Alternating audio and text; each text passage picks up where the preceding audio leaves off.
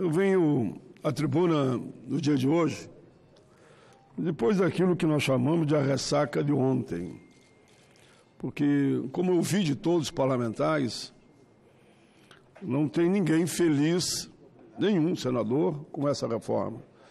Alguns votaram contra, outros a favor, mas todos reconhecem que a reforma traz prejuízo para todos, que atinge trabalhadores da área pública, da área privada, aposentados e também pensionistas. Mas, independente dessa questão, senhor presidente, eu queria muito mais usar a tribuna de hoje, primeiro, para fazer um esclarecimento. Esse debate, esta reforma da Previdência, não encerrou o jogo. Nós votamos somente o primeiro turno.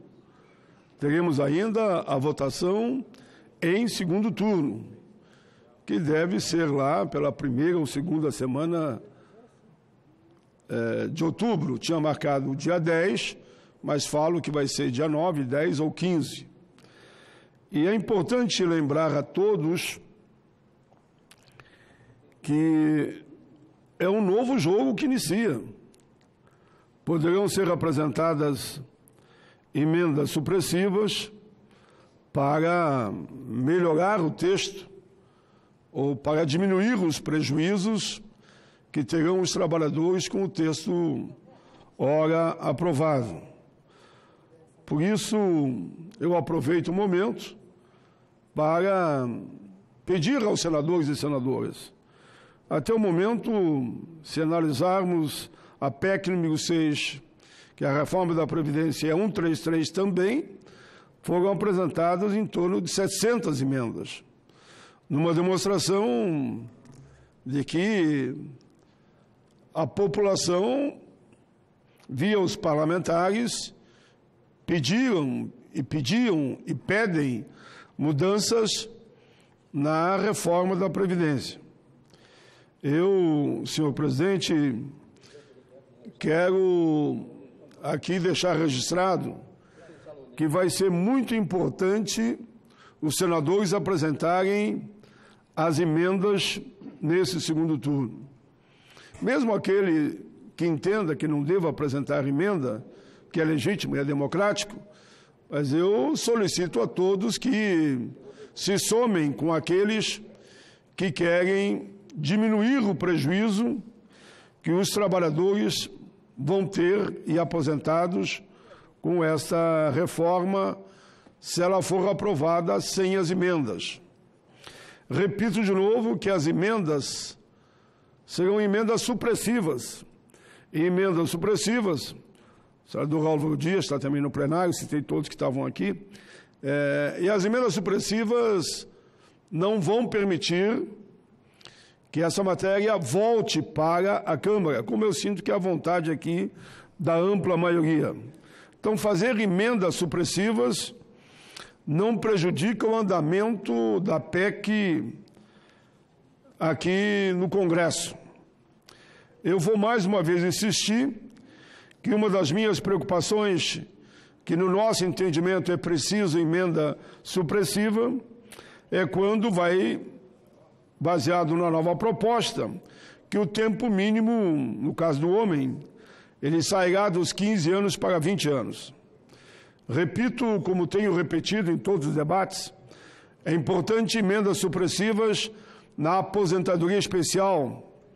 Foi por um detalhe que não foi aprovado aqui, diferença de 3 votos, porque essa vinculação de contribuição com idade inviabiliza a aposentadoria especial para quem atua em área insalubre, penosa, e depois eu explico, inclusive, periculosa. Só como exemplo, professores são atingidos, 10 anos a mais, metalúrgicos, 15 anos, mineiros, 19 anos, nem que expliquem uma regra de transição que atenua, mas ninguém aqui na aposentadoria especial vai deixar de ter que trabalhar em torno de 8,5, 9 anos a mais do que aquilo que tinha para se aposentar. Então, é importante que a gente, de novo, apresente a emenda para garantir que 15 anos de contribuição é 15 anos de contribuição no subsolo de uma mina, por exemplo. Ele tem o direito de se aposentar, isso quem diz é a ciência, os especialistas na área da saúde. Metalúrgico é 25 anos. 25 anos em área insalubre se aposenta. 25 anos de contribuição. Professores, 25 anos de contribuição. Quando você vincula a idade, na tal soma de pontos, você está, na verdade, somando idade com tempo de contribuição e inviabiliza a aposentadoria especial. Acho que temos também, vamos apresentar, emenda supressiva para garantir que a aposentadoria, no caso de invalidez, você tenha lá 10, 15, 20 anos de contribuição, será integral. Porque como ficou aqui, vai se aposentar com 60% da média rebaixada que nós falamos, que vai apontar para o cidadão ter um prejuízo de até 50% no benefício. Quem se aposenta hoje por invalidez, se aposenta com o princípio da integralidade, que é as 80 maiores de contribuição de 94 para cá. A partir daqui, se ganhava, por exemplo, 4 mil, vai se aposentar com em torno de 4 mil, lei atual.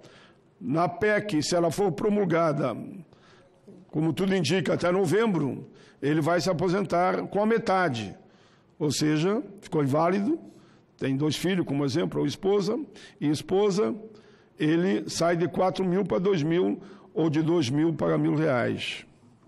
A reversão das cotas, além de não garantir a aposentadoria integral, no caso do viúvo ou da viúva, ele sai com 60%, e aí vai ter uma cota por cada 10% por cada filho, mas no momento que o filho fica maior de idade, perde o direito da cota, a cota hoje reverte para o viúvo ou para a viúva, não vai reverter mais. Cálculo do benefício. Esse, para mim, é um dos mais delicados, porque daqui para frente vai ser exatamente o seguinte: veio do cidadão que atingiu todas as metas como manda a legislação, se aposentar com o princípio da integralidade, ele vai se aposentar com a média das contribuições de 94 para cá, que poderá ter com isso um redutor de 10, 20 até 30%. E aqui todos são atingidos. Atinge tanto aquele que é trabalhador da área pública, como aquele que é trabalhador da área privada, e mesmo aquele, em qualquer situação que venha a se aposentar, ele sai de um princípio da integralidade para o que a gente chama de uma média rebaixada, que o prejuízo só pode ser enorme. Contribuição dos servidores inativos, hoje é a partir de 5 salários mínimos. Aqui volta para exatamente 1 salário mínimo, e quem é do regime geral não tem essa contribuição, ainda bem que não tem, mas o servidor vai ter que começar a pagar desde 1 salário mínimo. A alíquota extraordinária também merece uma emenda, porque a qualquer momento, baseado em cálculo atuarial, o governo pode pedir uma chamada especial e o trabalhador vai ter que pagar mais do que aquilo que ele já paga. O abono salarial, felizmente, saiu, foi uma vitória do povo brasileiro, que 13 milhões de pessoas não receberiam mais o correspondente a 1 salário mínimo uma vez por ano. Felizmente, houve um grande movimento aqui, a emenda da senadora Luciane Gama foi aprovada, que era uma emenda do campo que queria alterações nessa proposta. O contrato de trabalho intermitente, infelizmente, continua. Significa que o cidadão que ele conseguiu a metade das horas correspondente ao mês de trabalho, ele, em vez de receber no fim do mês R$1.000, estou arredondando que seria o salário mínimo, ele vai receber R$500. E sobre os outros 500, pela reforma, se for aprovada como está, ele vai ter que pagar a contribuição dele e ainda do empregador. O camarada recebeu a metade de um salário mínimo, R$500, que o trabalho intermitente permite, infelizmente, e quando eles dizem que o número de trabalhadores em carteira assinada aumentou, não é verdade, diminuiu. O trabalho informal aumentou e muito. E mesmo aquele que eles falam que tem carteira assinada, os que estão entrando, a maioria é no trabalho intermitente. Que no trabalho intermitente todo mundo sabe que, na verdade, ele não vai ter nada a não ser as horas trabalhadas, inclusive o prejuízo na Previdência. Eu acho que merece também um destaque especial aquelas portas que ficaram abertas para a privatização da Previdência, indo do sistema que é hoje, que é um sistema de repartição, para o sistema de capitalização, que deu errado no mundo todo. Quem adotou, que saiu da repartição, nenhum deu certo. Quando eles dizem que poderão privatizar os benefícios não programados, auxílio-doença, auxílio-acidente, pensão, aposentadoria por incapacidade, auxílio-maternidade. Ainda privatizam, nessa reforma, a Previdência Complementar. A conversão, esse dado é importante também. O cidadão trabalhou numa área insalubre, periculosa ou penosa. Hoje, se ele vai para uma área que não é nem insalubre, questão de saúde, nem periculosa e nem penosa, ele leva 40% a mais dos anos trabalhados naquela área que prejudicou a sua saúde. Tinha 10 anos, leva 14. Já que agora vai ser 40 de contribuição, pelo menos ele vai com 14 e vai perseguir os 40. Se tivesse 20, ele vai com 28 e vai perseguindo os 40. Agora não. Com a lei proíbe você averbar um direito já garantido, assegurado. E sempre ouvi falar que a lei ela pode retroagir para ajudar e não para prejudicar a parte mais fraca. É exatamente o que essa reforma permite, infelizmente. A PEC, esse sim eu fico dizendo que é algo inacreditável. A PEC número 6 diz, você cidadão que trabalha em linha de alto risco, pegar aí vigilante, transporte, por exemplo, vamos falar guarda de trânsito, guarda municipal, um eletricitário, quem trabalha com explosivos. Hoje é garantido a ele a aposentadoria integral aos 25 anos de atividade. Com essa reforma ser aprovada, ele vai ter que trabalhar 40 anos. Agora, em novembro, que ele poderia se aposentar com 25 anos de contribuição, ele vai ter que se aposentar com 40 anos de contribuição e 65 de idade. Cumprimento aí o Chico Vigilante, enfim, o Boaventura, cumprimento todos aqueles que estão nessa batalha junto com a gente, porque a batalha ninguém venceu ainda. Estamos ainda no campo das ideias e do debate que passa, repito, pelo segundo turno. Por isso a importância de nós aprovar uma emenda supressiva para aqueles que atuam e trabalham em áreas periculosas possam manter a sua aposentadoria. Esse eles acabam de vez. Eles nem vinculam o tempo de contribuição à idade. Lá na especial, perversa que é também, insalubridade e penoso, vinculam. E esse nem vinculam. Só chega e diz, olha, acabou o direito de vocês a partir de novembro e se virem, trabalhem 40 anos e 65 de idade. Logo que lemos isso, até entendíamos que tinha sido um engano, um erro. Mas depois, nos debates, fomos percebendo que foi má fé mesmo. Foi má fé para não permitir que aqueles que atuam em áreas de alto risco, Capitão Stevenson, Vossa Excelência, que é dessa área da segurança, porque o guarda, até do quarteirão, o vigilante, o policial do trânsito, o policial municipal, ele é também da segurança. Ele vai ficar exposto ao alto risco, todo mundo sabe o número de vigilantes, enfim, que morre em defesa do patrimônio e das nossas vidas, e ele não terá nem direito mais de se aposentar. Ele se perde todo o direito, porque nessa área, e não tem estabilidade, não vai se aposentar nunca. Por fim, senhor presidente, além de fazer esse apelo para que os senadores aproveitem esse fim de semana, e mesmo nos debates que vamos fazer nesse período, em que entre o primeiro e o segundo turno, que calculo que será entre o dia 10 e o dia 15 de outubro, mais ou menos, porque ninguém tem segurança, que falavam que tinha um acordo, tem acordo, não tem acordo, bom, se cumpre então o regimento. Se cumpre o regimento, se tivesse 15 ou 20 de outubro, que o tema seja votado. Eu pedi já uma audiência pública na CDH para confrontar, aí é confrontar mesmo, os dados da Unicamp e os dados do governo, que não casam, não há encontro, há um desencontro total.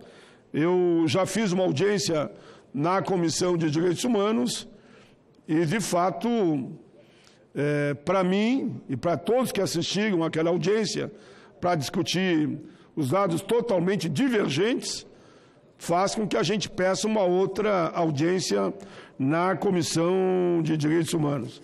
Mas, senhor presidente, para não dizer que eu só falo daquilo que falta, eu vou registrar também aonde nós conseguimos diminuir o prejuízo. A proposta é muito perversa, é a mais perversa de todos os tempos. Eu estou nessa casa há muito tempo e nunca tinha visto uma proposta de reforma de previdência tão perversa como essa. Mas onde conseguimos diminuir o prejuízo, conseguimos retirar o BPC, porque como estava que veio da Câmara, ia botar na Constituição que só na família onde a renda per capita não ultrapassar a 1/4 do salário mínimo é que teria direito a receber o correspondente a um salário mínimo, que é o BPC. Isso nós retiramos. Com isso prevalece o princípio que já está no Estatuto do Idoso, de nossa autoria, que fez aniversário exatamente no dia 1º de outubro, o dia que se votou aqui a reforma. Lá está assegurado que o idoso que provar que ele não tem como se manter, ele tem que receber um salário mínimo. E, por extensão, a Justiça está dando também para as pessoas com deficiência. Então, foi importante esse ponto. Foi também importante a retirada do abono, da forma que tiravam de 13 milhões de pessoas o abono. Nós retiramos essa parte da PEC e, com isso, 13 milhões de pessoas que ganham até 2 salários mínimos, que estavam prejudicadas, vão poder continuar recebendo esse abono de um salário mínimo uma vez por ano. Então, não modifica nada. Isso beneficia só nessa margem que eles estavam trabalhando, de fazer que só quem ganhasse em torno de 1.360 recebesse, e desse espaço até 2 salários mínimos não receberia nada. Nós temos assegurando, nós todos, que foi uma votação ampla aqui na casa, não há um ou outro, 13 milhões de pessoas. Também, senhor presidente, estou mostrando que algumas coisas avançamos em relação ao projeto original que veio da Câmara. Foi aqui no Senado também que conseguimos garantir que pensão por morte não será inferior a um salário mínimo. Os anistiados políticos também, que seriam muito prejudicados com a forma que veio da Câmara, também nós aqui, nós, não estou dizendo eu, viu, pessoal, nós, que foi amplamente aqui a votação, ampliou para que os anistiados não sejam prejudicados. Quero também destacar rapidamente, presidente, o lado que avançou na Câmara. A Câmara conseguiu retirar a tal de capitalização, que traria um prejuízo enorme para todos os trabalhadores e para toda a Seguridade. A Câmara também conseguiu alterar o benefício de prestação continuada, o BPC, mas não foi o suficiente, tanto que nós aqui no Senado resolvemos essa questão. Mas a Câmara conseguiu tirar fora os trabalhadores rurais, que foi positivo. Policiais, militares e bombeiros, com exceção desses que eu já destaquei, também melhorou a situação deles com mudanças feitas na Câmara. Este pegava todo mundo. A Câmara conseguiu manter o reajuste anual do benefício, que a proposta original acabava com o reajuste anual do benefício. Também a Câmara conseguiu mexer em lei complementar de iniciativa do Poder Executivo, porque nessa proposta eles retiravam da Constituição uma série de direitos e nós conseguimos na Câmara, então, fazer a retirada. Também o tempo de contribuição, a Câmara diminuiu a situação. Então, presidente, eu fiz questão de falar dos dois temas, aquilo que eu discordo onde está, mas reconheço que o relatório aqui no Senado, em relação da Câmara, diminuiu algumas questões gravíssimas, e citei aqui umas 6, como também citei em torno de 6 que a Câmara já tinha retirado. Então, no total, em relação ao que veio do Executivo, o Congresso alterou 12 pontos. E foram questões, para mim, muito importantes. Mas eu ainda fiz a listagem aqui eu termino, presidente, senador Jorginho Melo, cumprimento e agradeço pela tolerância de Vossa Excelência. Fiz também todos aqueles pontos que eu entendo que nós devemos apresentar emendas supressivas e, claro, o plenário é que vai decidir.